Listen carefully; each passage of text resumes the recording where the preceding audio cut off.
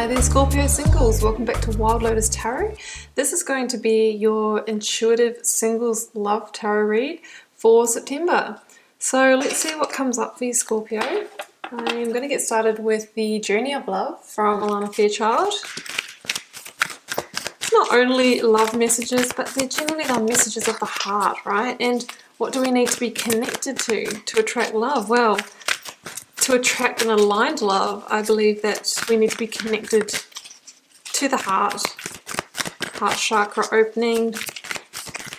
So let's see what comes out.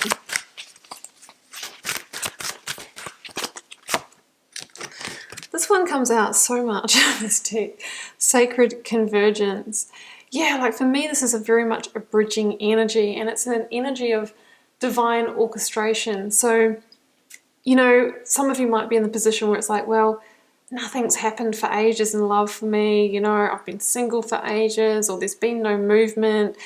Well, sometimes, you know, things are happening behind the scenes. The stage is being set, the stars are aligning, the ducks are getting in a row, and then all of a sudden it comes in. You know, maybe the person that's, you know, supposed to come forward for you is still finishing off a connection, or, you know, wrapping something up, or it's about divine timing and understanding that love comes in the perfect timing. Yes, it can be very frustrating.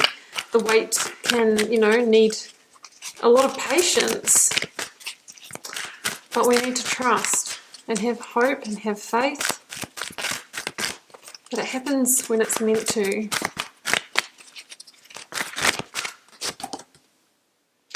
Towering magnificence. Wow, you know what? Maybe you are really waiting for that towering love. You know, look at this. This is not the tower, guys. This is about something that's magnificent, something that's strong, that's something that's stable, something that's built on a, you know, a solid foundation and is really magnificent. So I really feel that a lot of you might have been in that waiting period for a long time because you're holding out for the right one. No more flings, or, you know, you're over that. You're waiting for the love that is really going to be that towering magnificence. Let's go to the tarot story, Scorpio.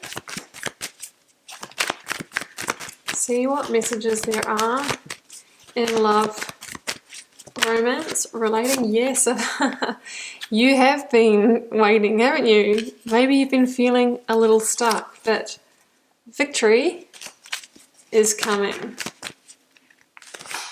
Oh, I wish I'd said it now.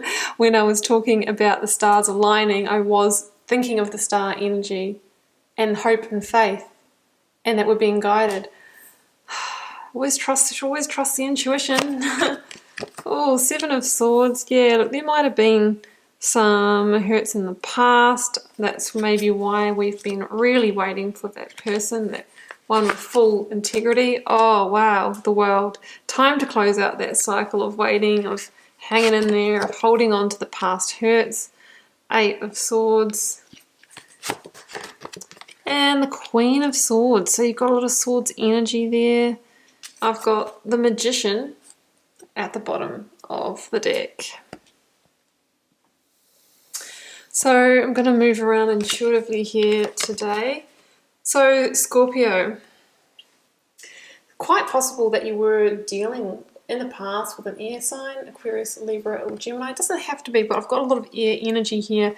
Either that, or I've got a lot of mental energy, and I feel like some of you have been sort of stuck in the love game, not getting out there because of a past hurt. And that might be why you're really waiting for that person that presents with authenticity, with, you know, honesty and integrity, because I feel like in the past we have someone here showing up who, I mean, the Seven of Swords, there's lots of levels to it. You know, it can be betrayal or deception, somebody who cheats on us, but it can also be somebody who manipulates us and undermines us, or just puts us down, you know, uses their words against us, that kind of thing. Because here we also have the Eight of Swords. So this is kind of like the result of somebody who's been stealing our thunder. Then you have kind of gone into that mental prison, that victimhood, or the feeling really, really constricted or bad. And, you know, it's showing me here that there is a path out of this. But the reason why we don't see it is because we've disconnected from our intuition for a start. This person here is bound around the third eye, the heart. and the gut, the 3 intuitive centers. And there's a sense here that maybe you have let somebody put you into that, overthinking, overanalyzing, stuck in the head, stuck in the story and the script energy. And it's really time to drop back into the portal of the heart. And, that is the key for really attracting the great love that you desire. So we're going to release, any feelings of guilt, of shame, of not being good enough, of not deserving love. All of that has to go, right?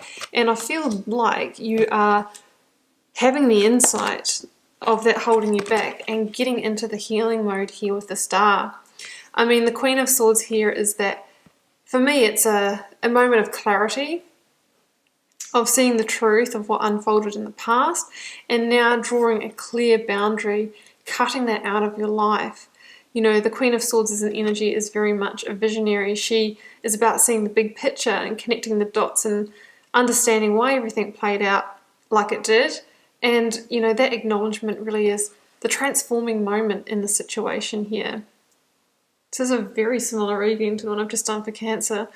The Star energy for me is about now it's time to heal, to recalibrate, to be reborn, to restabilize, rebalance the waters of life, rebalance your energy, as vulnerable as you might be feeling.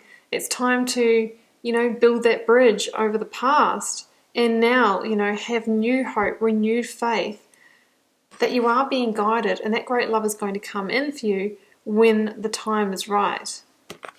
And I just feel that belief is the perspective change that you need. I mean, the Star is the major arcana that follows on from the Tower, and some of you may have had a major Tower moment with this person here that made you kind of shut off your energy to love, drop out of the heart. But the Star is the great soother, it's the calm after the storm, and it's coming in to, really get you back on track when it comes to love and to guide you forward. And the Hanged Man, is about that time of suspension where you have felt stuck.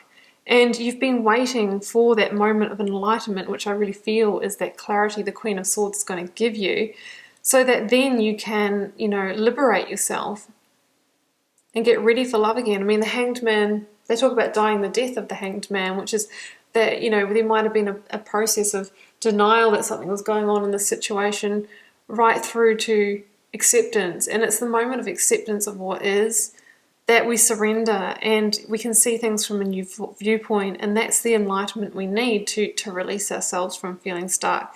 So, that guiding light of the Star is going to really guide you forward here. So the world says to me, you know what, you have completed the cycle, you've arrived. This is the last major arcana in the tarot deck, and it says that you are victorious, right? You are victorious, and it's time for you to realize that karmic cycle is complete and go with effortless flow into your new one. And the Magician here, it is the awakening to the fact that you actually have everything you need right now to set the energetic conditions to attract great love. You've got the emotional intelligence of the Cup, the resourcefulness of the Pentacle, the passion of the Wand, and, the intellect of the Sword. And it's time now to get your inner game in the right place, because that's where we magnetize from. So we want to get rid of the victim mentality or the feeling bad, the old scripts, and we want to drop into the body, have great feelings, start manifesting the love, focus on it every day. What do I truly want this person to be like? And that starts to, we attract from our inner realm, and that starts to be drawn to us in the external realm. So that's one of the Magician messages here. And that's how the Magician manifests and creates abundance and unlocks that infinite potential. So what I'm really seeing here, guys, is a period of hardship in love that is over. You're being guided forward. You're releasing the scripts and stories of the past, and that is the sacred convergence. That is the stage that's being set. It's that liberation that needs to happen first. Let's get some romance angels. I mean, the Queen of Swords could be a person that's coming towards you as well, guys. Could be that very nurturing air sign energy. Let's see what the romance angels say.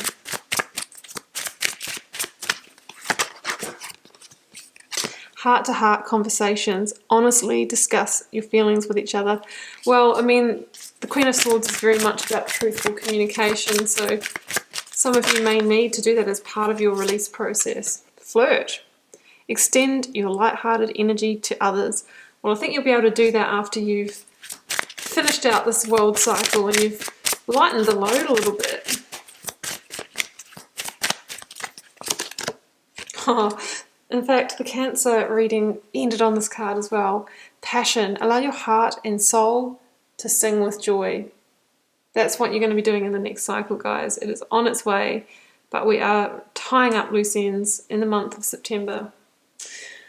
Okay, Scorpio, I am going to leave it there, and I do wish you all the best in love in September. Do keep in mind it's a general reading for the collective, so it won't be everyone's message. That's fine.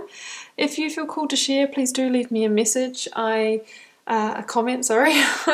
I do read them all, and I try to respond to as many as I can. It helps me get to know you guys and connect to energy, and I'll see you back here throughout the month for plenty more readings.